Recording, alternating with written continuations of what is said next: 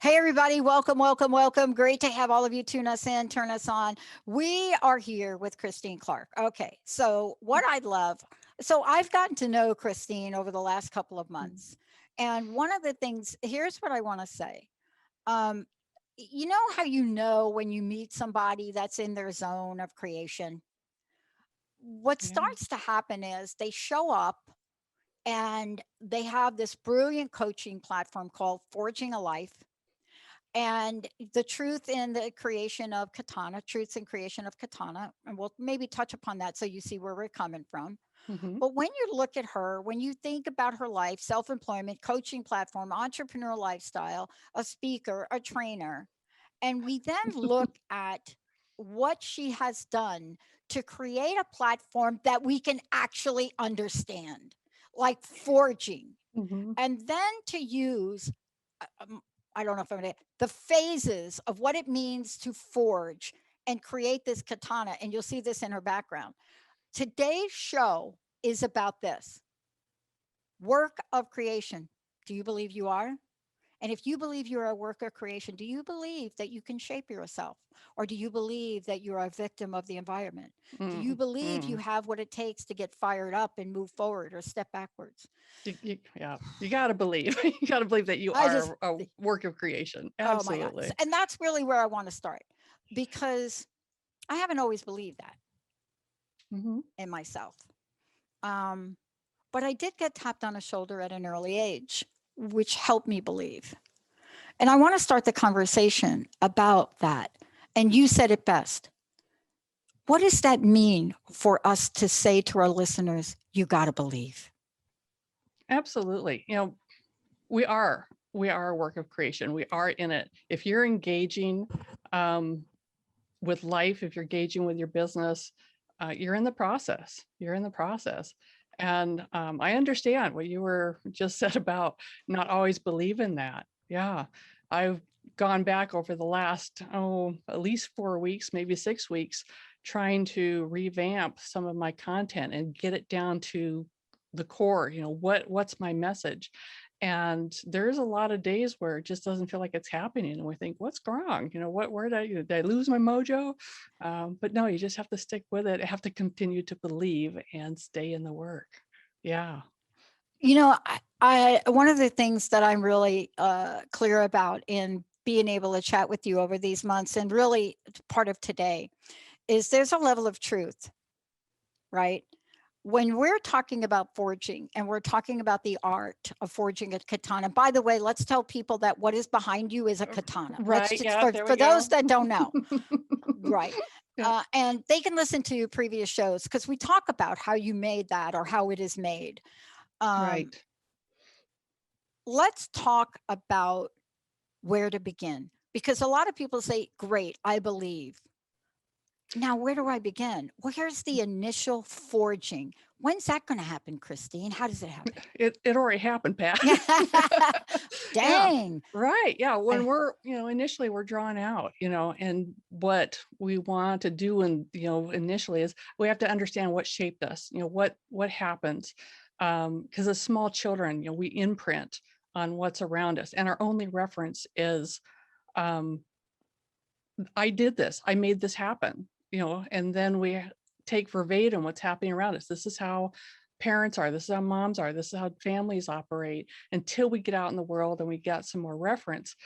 And we talk about the formative years, and that formative is true because we do get instilled in us behaviors that are instinctual. Our uniqueness as an individual is shaped in multiple unfathomable ways. And as we grow and get into adulthood, sometimes we have to take a look at, where did this come from? And is this working for me? Or why do I have these things? Our oldest child, who is now 21, used to, he used to ask permission. He'd ask permission to have whatever's in the refrigerator. He'd ask permission to have whatever was around. Things that we as a family just knew that, like, you're part of the family, you can have this. And we don't know, where that came from, but it was, deeply attached, and it was instinctual for him. And he has grown out of that. But I've been thinking about, where did that come from? And I remember as a parent once leaving him in a bassinet. When he was an infant, laid him down to take a nap. It was a gorgeous, beautiful spring day. I went outside to do some yard work, and I wasn't gone maybe 15 minutes, maybe 20 minutes tops. I come back in, and he is wailing, red in the face, hysteric. And I pick him up and I hold on to him and I comfort him. And I don't know if that really had an impact, but that's what happens to us when we experience something, as when we have no other reference. And then it instills pieces of us that may or may not serve us. Like for him, asking permission for everything. Does that, can I connect the dots directly? Probably not, but that is how things work.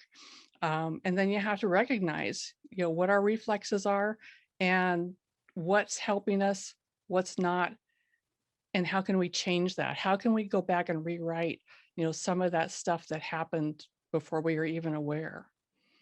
You know, I love all the things we've talked about, because a couple of shows ago, there was sort of this aha moment for me. And I want to talk to you about it because it directly relates to what we're talking about today with the work of creation. Here's the thing that I'd love for you to talk about, right? It is this. There is a part of knowing ourselves where even after, Christine, let's say what happens, we take a step forward and we think, OMG, I wish I could take that back, right? Mhm. I don't think you've done that, but I think I've Not done it. today. Maybe Jacob's done it, maybe Benny's done it. But you just do it, whether it's a word, whether it's an emotional reaction, you take it and you wish you can get it back. Mhm. Sometimes we go through, like, we do that and we don't even see it to wish we would have taken it back. Right. Talk to Right. us about this knowing ourselves, because if we know ourselves, we may be able to make an adjustment to the blade. Absolutely. And it's what you just talked about, being able to say something or put something out there and wishing you could retract it. That's the moment when we can have awareness, because everything starts with awareness. You have to be able to see what's going on in order to make a shift and change. And once you have seen it, you have to be willing to do the work to shift or change that creation. When you're working with steel, and I'm just going to keep referencing this because I think it's the coolest thing. But using this, we have beautiful, beautiful steel in our minds. Our Mhm. minds, if we were to look at our minds as just this flexible, yet strong, yet perfect thing to shape, just like the blade. There are things we can do to either make meaning, change meaning, revise meaning, and create new stories. Can you talk to that? Because, see, I think in my life, if I think about the stories kind of I conjured up when I was in my teenage years, Mhm. boy, oh boy, I'm lucky to be alive today. Talk about that, because that is so important. Absolutely. The initial shaping that happens to us is a combination of um, our environment, our brain processes, and our inner child, the way that the operating manual goes. And it all creates judgments and stories for us.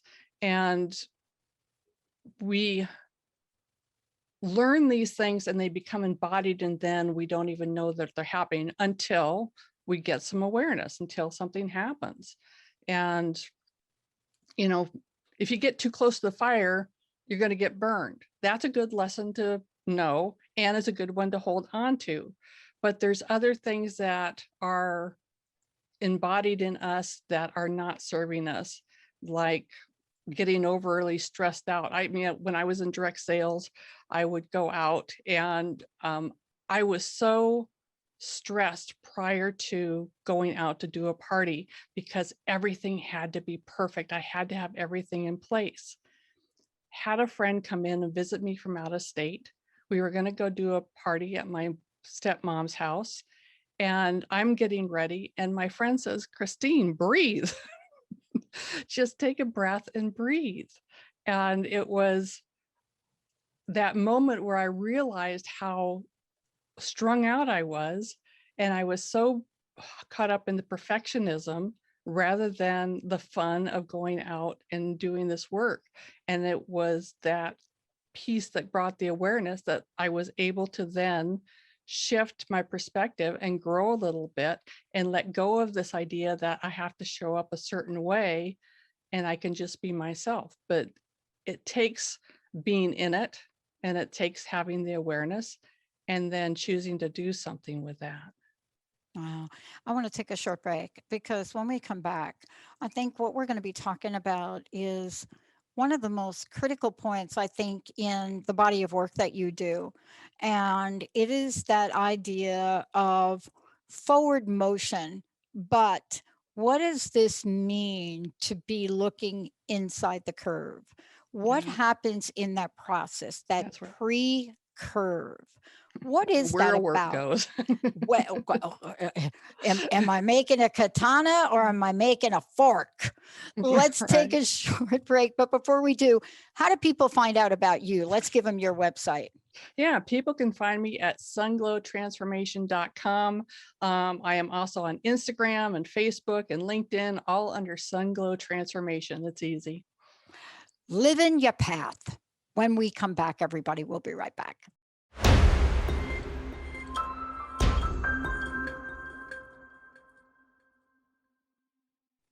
Hey, everybody, welcome back. So great to have all of you tune in. Work of Creation with Christine Clark joining me here today. For those of you that are just tuning in, go to sunglowtransformation.com. Everything about Christine is there, her coaching program, what she does to help people, how to forge a life. And we are talking about truths in the creation of katana. And if you look at Christine, when we pop her on the video, you'll see the katanas behind her. What we're going to be talking about now is so important. It's so important. It is the thing that either helps us move forward or not. And Right. I can talk from my own life experience, so let's talk about living our path, but living our path and forward motion. Sometimes they're like oil and vinegar, better known as Italian dressing. Yeah, right. Yeah, because in that second step of the katana, after it's drawn out, it's put into a pre-curve and it's planned out, and then you're on the path to creating a katana. But the problem with that is that nothing ever survives implementation. You have all the plans, you have the idea of what you're doing, and then you have to go and do it. And sometimes it goes smoothly, and sometimes you get obstacles put in the way, or people throw curveballs at you. And you have to stay on the path, on the curve, and live it so that you can get things straightened out. You're going to show us something. I am. I'm going to And show you. let's do it. Jacob's going to get you up here. And you're going to tell us what this is, because I have to tell you that I have been feeling over the last month or so like one of the points on this. But take it away. Show us this, because right in the background, just move your head a little bit. I want people to see that katana. Right. Finished, shiny, beautiful, put together. It starts out drawn out and then it gets a curve. And this is the katana in the pre-curve.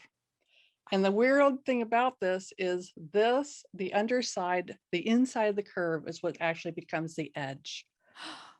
And so as you put the edge on, Not the it's outside. straight inside. No, the inside of the curve becomes the edge. And this piece, you think, well, there's the point. That should, but no, as you put the edge on, this all transforms and becomes the point. But that makes sense because it is the inside of us.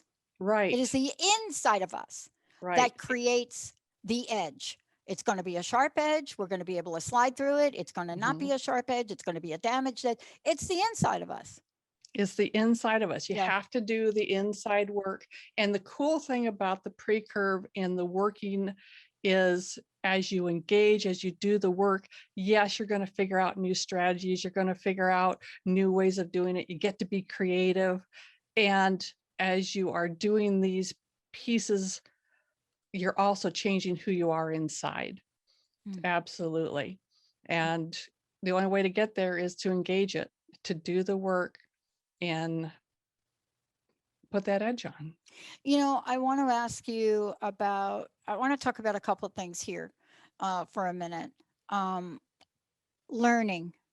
I talk about learning. I talk about life lessons. I've been talking about it. I broke down in the earlier show talking about my sister and what she reminds me of today. She passed on way too young.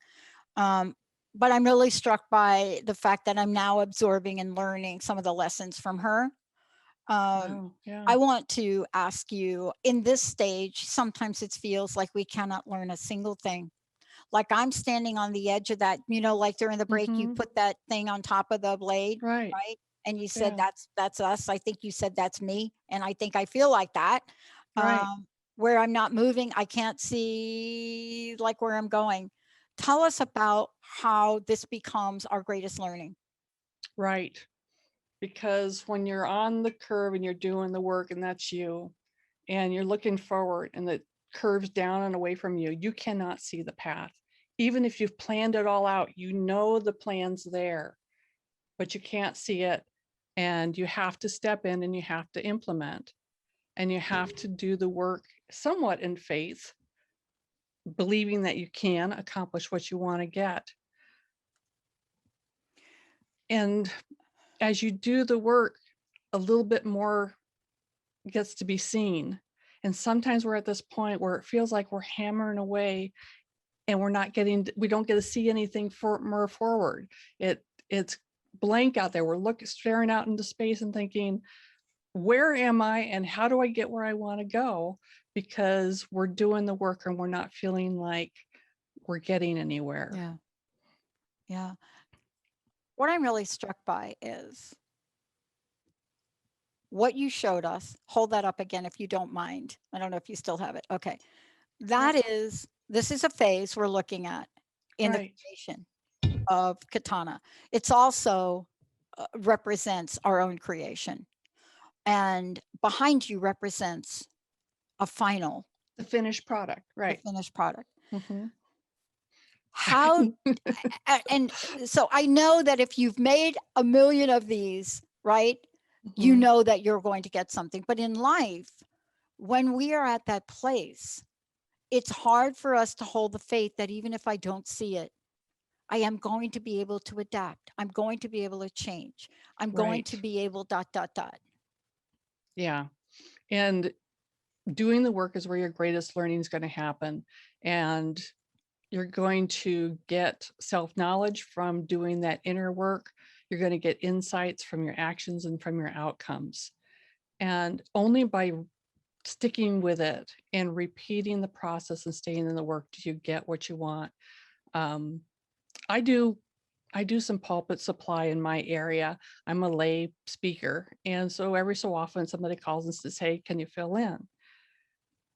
This past Sunday, I went ahead and I said yes. And I filled pulpit and led worship.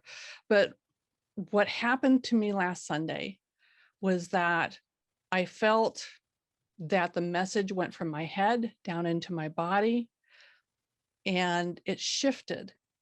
And what happened was that I was getting really good at blending the messages of self-development because I'm a life coach and this is what I do, and able to connect it with themes that work inside the structure of the church.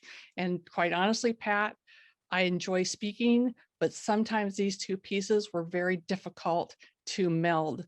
And this last time it worked, and I was able to have a message that combined both of these. And I felt like I was sharing what was important to me, or I was being my most honest, real self in this. Yeah.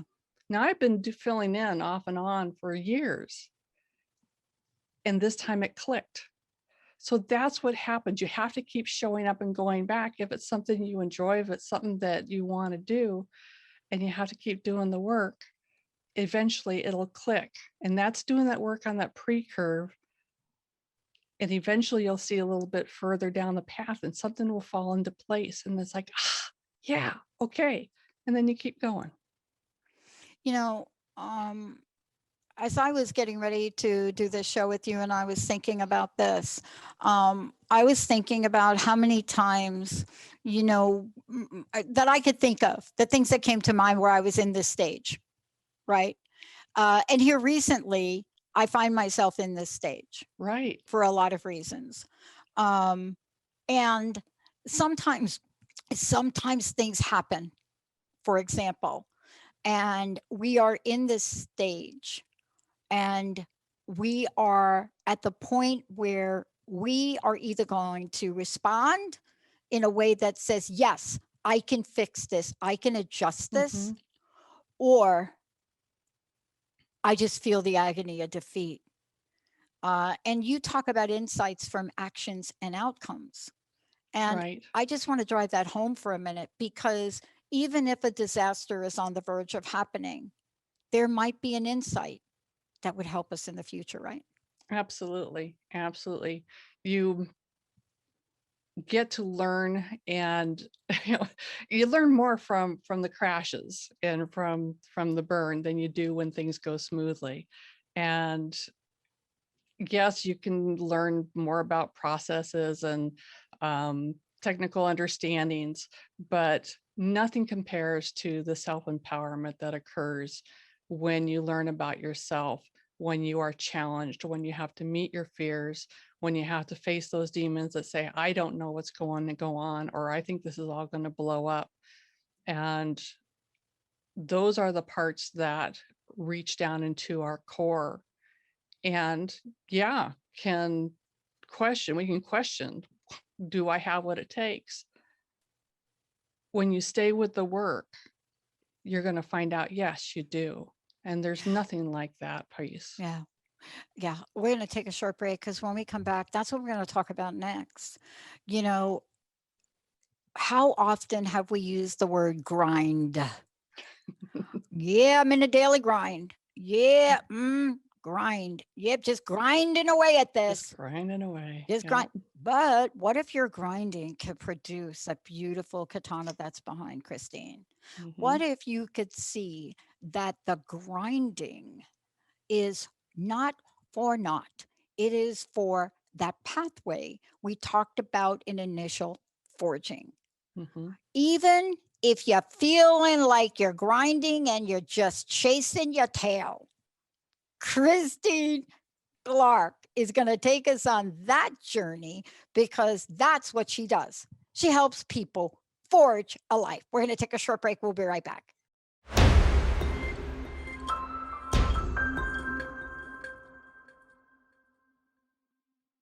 I thought, Benny, that, since we're talking about the katana, we're not talking about firing today or firing it up. I Mm-hmm. thought you might have been playing burning down the house for No, us. no. That I'm a little old school on that, but I love that song. It's so crazy.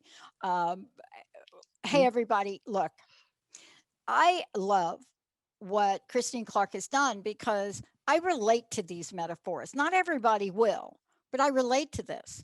And I've learned so much about the forging process. It's hard to think about our lives without saying, oh, wait a minute, I'm on the inside of the curve right here. This is what I'm looking at. that inside of the curve doesn't look like that's going to look like that thing over there. How do I keep the faith in that? Here's what I've learned about myself. I need a lot of help. I'm the type of person that has to have a number of different coaches because I made a commitment to myself and my team and the Mhm. people that I love that I want to show up as the best version of myself. And I can't always do that if it is just me that is trying to figure it out. And that's what this show is about. It's about getting support, coaching, help, because you deserve to have the life you want. And sometimes you've got to find the person that you line up with to say, wait a minute, I'm on the inside of the blade, but I got to tell you, that's not feeling like that's going to look like that. Christine Clark's here to help. How do we find out about you? How do we find out about your coaching and any other program you have? Because right now, people really need help. Absolutely, Pat. People can find me on my website, which is Sunglow Transformation. You can follow me on Instagram and Facebook and hook up with me on LinkedIn also through Sunglow Transformation. On the website, there is the Get Glowing blog. Go ahead and read those and comment. We'll have a conversation.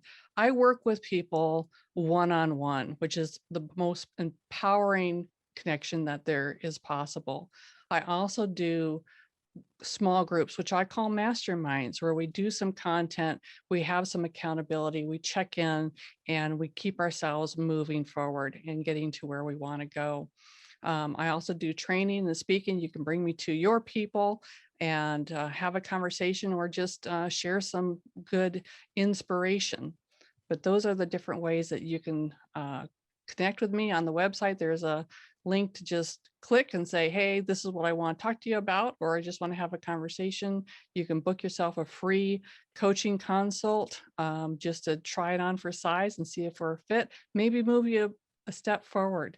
All of that's available at sunglowtransformation.com. One of the things I want to really address and talk to is this next part, grinding. Anytime we hear the word grind or grinding, Mm-hmm. many people think, OMG, my dentist. Right. Other people Yeah. are thinking, like I said to you, I grew up on the East Coast, and my dad would be like the daily grind every day, daily grind, so get on subway, daily grind. But grinding is so important. And Absolutely. let's just blow the lid off this if we could. What is the purpose of grinding, and how can we change the perception of the outcome of grinding for folks today? Right. Grinding has a bad rap as something that's really hard, difficult. People talk about the grind when it's really tough. And the truth with grinding is that it is releasing what does not serve you. It's a smoothing out of the roller coaster of the bumps so that you can move forward faster, so that you can have flow. And grinding is not the unhappiness of just being stuck and working hard and getting nowhere.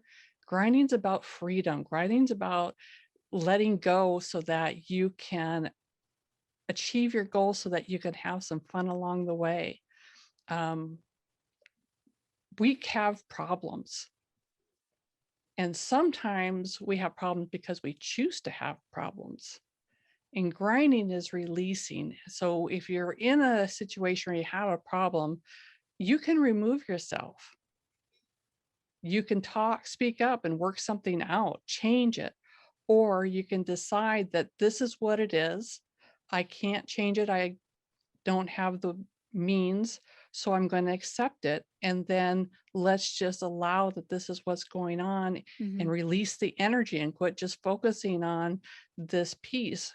So if you're not willing to remove yourself, or you're not willing to step in and do the work to shift what's going on, you can say, okay, this is what it is. I'm not going to put energy on it. Yeah. All of those ways might be a little bit difficult, but when you do that, you get to smooth things Yeah. out and not have the energy on it. They get that release. Yeah. I had to, so here's the thing. I want to just throw this out to you and I'd love for you to comment. I shared with you during the break that I took the opportunity of COVID-19 to really replace two really bad knees that Benny and I talk about a lot because of our athletic, childhood and so forth. Actually, I played sports till way into my, you know, like just way too long. So I took this opportunity to do that. And what I didn't realize that in the middle of that, that after 14 years living in a just incredible place, which I counted on for my stability for the next 18 months, given what we're doing with the network, all of a sudden the situation here changed Mhm. and the whole place has to be gutted out. So here's what happened. I grinded away at trying to find a new place. I had a deadline. I grinded away knowing that I had, limited movement at the time. Every day I grinded away. Everything is online. I would try to apply for a place, it would be gone. I did it day after day after day for about, I'd say 2 months or 8 weeks. And I got to that place you just said, that place where I looked at Linda and I looked at my own healing journey. I looked at what we're doing with the network and said, I am not going to grind away at this anymore. I'm not going to do it. I don't have the bandwidth to do it. But I didn't do it in a negative way. And I want you to talk. It was kind of like I said, look, universe, you probably have a better solution. I just don't want to put more effort in this. It will Right. affect negatively the other Mhm. things. Talk about that because what happened next was what you talked about. A miracle happened. But Right. it wasn't going to happen, I don't think, until I let go. Sometimes when we stop, we don't think we're moving forward. And that's what I want you to talk about. Yeah. We can be in the struggle, we can be in the grind, and then at some point you have to, or you don't have to, but you can choose to just let it go and leave it up to greater powers, knowing it's going to work out. And that energy of being able to step back and release and accept can be quite magical. It can be Hmm. wonderful. Um, but it helps us even out the roller coaster ride. Hmm. And I'm kind of in one of these places along with you, Pat, because my mother is stepping into a phase of her life where she needs a lot more care. Wow. And so when she's been in and out of the hospital, her health is up and down, and learning to deal with what that looks like. And I've been in conversation with people around, I'm having coffee with networking contacts and the phone rings and it's her. And it's like, I answer it because I don't want to not answer it. And then I realize that I'm feeling very short, very clipped, get it over with, get off the phone. And I was having all this irritation. Hmm. And what happened was, instead of being in, staying in this irritation of what's changed, what's different, I spoke to it. When I saw her next, I says, "Hey, I know in the last couple of times you've called, I've been, kind of short." And Pat, she didn't even know. She, she said, it was fine. She said what she needed to say. We connect. Yes, I can do that. We'll, set a date. Fine. And I got off the phone, and she wasn't feeling anything that I was feeling, but I was all wound up in it because I'm looking at what's down the road and how much more of this am I going to have to take. And I was up in the irritation. But Mm. when I chose to just speak to it, it all evened out. And what I know is there's so much to be grateful for, that I have siblings, so we're all doing this together. I'm not alone. So that I can, because Yeah. I have the home-based business. I have more flexibility. Yeah. And every moment is going to be precious, because at some point I'm not going to have her. But that's part of that grinding, and then being able to release it through some modality, you know? Yeah. You know what you said is so important. And it's even I find it even more important at this point in time in my life, given what's going on in the outside world. This morning I got a text message from a young woman that was going to come and clean the house on Friday after I'm all out of here. And you know how you hear things differently, just like you just said. And Mm-hmm. I get a text message from her that she and another member of the house she's staying in both have COVID. And so you could either listen to that and hear, oh my gosh, who's going to clean the house? Or you could hear it and say, oh my gosh, both of you, probably three of you. And fortunately, they've been taken out of where they're staying and put in a separate place. Mm-hmm. But just to hear that from her, and here's what her response was. I get the text message. I'm so sorry. I'm not going to be able to. Myself and another person in the house I'm living in, we both have COVID. They're taking us and then they're isolating us. And the next sentence was, and you know what the really good news is? They're putting us up at a lake house. How does it get any better than that? Now, this is from a person. Right. Right.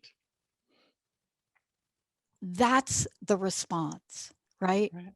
It doesn't matter if you're going to clean the house or not. And by the way, I don't even know why we're cleaning it. It's going to be gutted out like next week. But come on, that's like old Right. school stuff, right? Yeah. Cleaning what? Mm-hmm. They're going to gut it out. Mm-hmm. But But it's what, isn't, yeah, what are you looking at? you know, And how are you helping yourself smooth things out? Are you choosing to look at what can't happen and what is happening and getting wound up and, yeah, having that peaks and valley? Or are you saying, wow, look, yeah. I get this. And that just smooths it out. Let's go ahead and skip the break, Christine, because I want to talk about this next part. I want Yeah. to talk about, the tie into that, which obviously this person has this. You are Mm-hmm. uniquely equipped. Trust your elements. See, in order Right. to respond, instead of, oh my gosh, there's like two, maybe three of us all in the same house, we all have COVID, dot, dot, dot, fill in the blank. It's Mm-hmm. like, oh my God, they put us up in a lake house. How's it get better than that? Let's talk about uniquely equipped, because that blade you showed us, Mm-hmm. that curve knows it's uniquely equipped. Absolutely. Absolutely. And what's in the steel, what's in the billet, it has its elemental makeup and it inherently holds value. And it's good for making the katana. It's good for doing other things. And we also have our inherent pieces that make us really good at managing and handling life and everything that gets thrown at us. Um, that inherent value and being able to trust that are the huge things. And we can sometimes get caught up because, steel is steel. It has its elements. It is going to do what it's going to do. And it quote unquote performs well when you manage it, when you handle it, when you work with it and according to its elements. And it doesn't perform well when it gets used for something it's not suited for. We have to be able to look at who we are and what our elements are and what's going on around us and say, I'm suited for this. This works for me. I'm being used for a purpose that is in alignment with who I am and what I'm going to be. Sometimes when things go sideways or rough, we think there's something wrong with me. Yeah. I'm not in alignment with what's going on. And that's not true. Well, No. but this is where coaching really comes in, Pat, Yeah. because it's very, very difficult to be able to identify when is it just tough and I'm learning lessons and I'm growing and I should stay in the work. And when am I truly not in alignment with what's going on around me? And how do I figure that out? And that's where coaching gets really powerful. Hmm. Um, I One want of to the, let me go just ask you ahead. this right in the middle of that, because it's important. I want to stay with this. Um, if that katana, if that steel is forged too thin, like us, Mm-hmm. if we spread ourselves too thin, if that blade gets worked so much that it moves beyond that point where it's strong, where it's sharp, and that just could be, my words, that could just be a couple of more bangs from the Right. hammer Mm-hmm. that creates that one place that will make that blade vulnerable. Right. That's what I hear you talking about, right? There is value Mm-hmm. in the steel, and we have to know what that value is. And we have to know, if we look at ourselves as that steel, we have to know that that one more strike might make us vulnerable. And Right. when a blade is vulnerable, other than decoration, not going to use it for very much. Isn't that Right. the same thing we're talking about? Yeah, because if you go, if you get stressed out, if you stay, in a situation that's not conducive, that's not Mhm. helpful for you, and you can burn out, you can get thin, and then it makes you really susceptible to cracking and breaking. Yes. Yes. um, and to be able to recognize when things have gone far enough or too far or Yeah. getting there and step back is huge, Yeah. because you can save yourself an awful lot of trouble if you don't take it all the way to the breaking point. I want to get back to something else you said, and that is, look, this is a blade, it has a purpose. What Hmm. happens if you take that and use it for something else? Let me give you a specific example. I'm one of these people that I'll look around me and say, oh, I could use that to lift or wedge or separate a nailed Right. board. And you Yes. stick it in between the 2x4s that are Uh-huh. nailed, and you're Hmm. thinking, I'm just going to bend. No, Right. it's not meant Yeah. for that. Isn't Hmm. that also a critical wisdom point for us to Right. know, no, no, you're Yeah. uniquely equipped, but not to use your inner steel blade to lift a 4-ton truck. Right. Right. To be able to know what you're good at, what's in alignment with you, and to stick with that, knowing that all of us have gifts and talents, and there's somebody else that probably has the right tool or is the right person for that. And you don't have to do it all. And you don't have to put yourself in situations where you're working against who you are to fit in or to accomplish something. Absolutely. You know, I'm Absolutely. reminded, Benny and I joke about this. I was reminded the other day, I was packing and I came across my old softball glove, Benny, like ancient old softball glove. And Linda and I had a moment of exchange. One of the hardest things for me to realize, as much as I like to play a certain position on the field, I was not suited to do that. I was not suited to do that, Hmm. for a lot of reasons. And when I had that realization, I had to be willing to accept where I was best suited for. Right. I'm short. I'm low to the Hmm. ground. I have a tremendous arm. I'm a great shortstop or third base. I'm a little slow in the outfield. I'm never going to get to the ball, but I can throw it. So, Hmm. isn't part of this is looking at it and accepting it. But at the same time, if I really wanted to play that, I would have probably had to work on dropping about 30 pounds in my youth and learning how to run. But I Yeah. didn't. I Hmm. accepted shortstop. Right. Yeah. And deciding what is worth going after, and how hard you want to work Oh boy. to get, because you can, if you're willing to lose the weight and work on running and to be able to play that position, great. If you weren't, then it's better to take something else. And knowing in the steel, what is it capable of? What that steel? I'm thinking, if you took copper and you hammered it out and made it, the katana shape, it's going to look pretty. It can be shiny. It's going to have that, glow, but you try and use it. It's like, nope, it's going to crumple. It's going to bend. It's going to, it's too soft. It's not suited for that. Yeah. And, that's kind of what we need to do, to stay in alignment.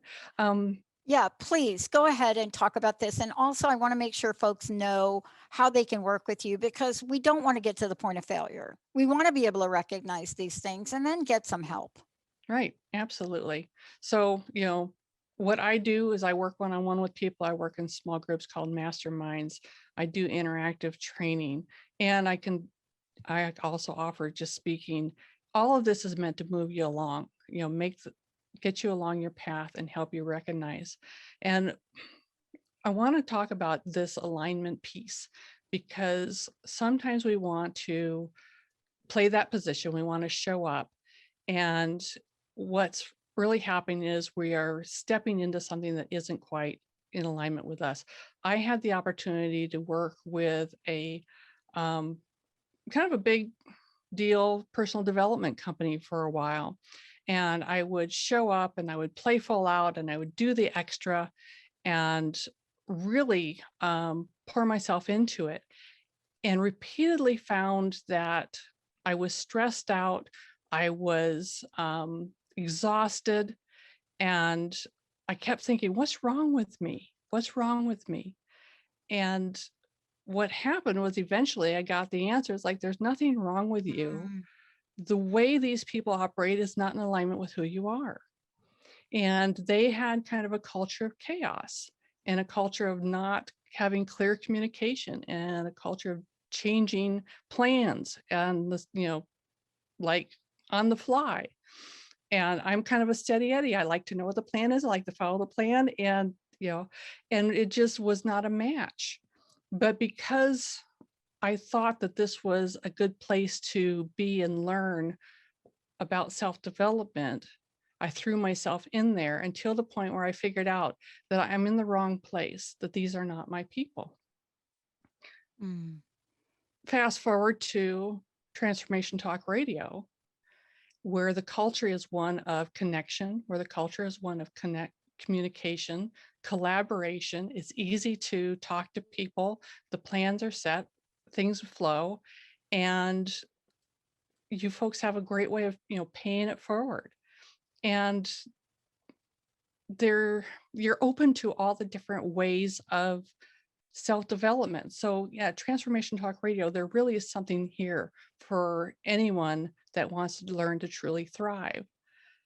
I cannot tell you how connected and in alignment I feel working with you folks, mm. because you operate the way that works well with me and to be at home. And sometimes when we're in these places where we're working really hard, but it doesn't feel right and we keep tearing ourselves down, we might have to step back and look and say, hey, what's really going on? Maybe I'm trying to play outfield and it's just not working. And then Yeah. you go and you find that place. It's like, here, shortstop. Ah, this works. Yay. That's why I've gotten 2 knees that need to be replaced. Just say, thank you so much for your kind words, Christine. And thank you so much for all that you do. We are so needing help, people from all walks of life right now. And part of the confusion is we think we need to know what we need help in. But if people just pick up the phone and call you, that will be a guiding post. It will be the opening. Yeah. Please tell them how to contact you and what's your personal message? What would you like to leave us with today? Yeah. You can contact me at sunglowtransformation.com. Click on the link, send me an email. We'll set up a conversation. You can book yourself into an appointment and have a conversation, bring me to your people. And we'll find out what is that piece that's missing? What is that piece that needs to shift, and how we can get you there and through it. I guess my closing message, Pat, is that we all need to be challenged in order to continue to evolve and grow. And in the processes of making a katana, it's work. And we have to do the work. We have to sweat a little bit. We have to get a little dirty. Because if you're not willing to do the work, you don't get to where that katana is finished. And for us, you know, when we're willing to roll up our sleeves, when we're willing to step in, then our victories are going to be sweeter, our falls are going to be shorter, and we're going to get to that place where we have that magnificent, highly functional work of art Yeah. that is our lives. And Yeah. it's just a matter of trusting yourself, trusting the process, finding the support you need to help you continue to stay in the game. And if you stay in it, you're going to get there. I love it. And don't forget this very important message. You have to dive in the dirt and get that ball to make the great play. Christine Absolutely. Clark, I'm Dr. Pat. We'll see you next time.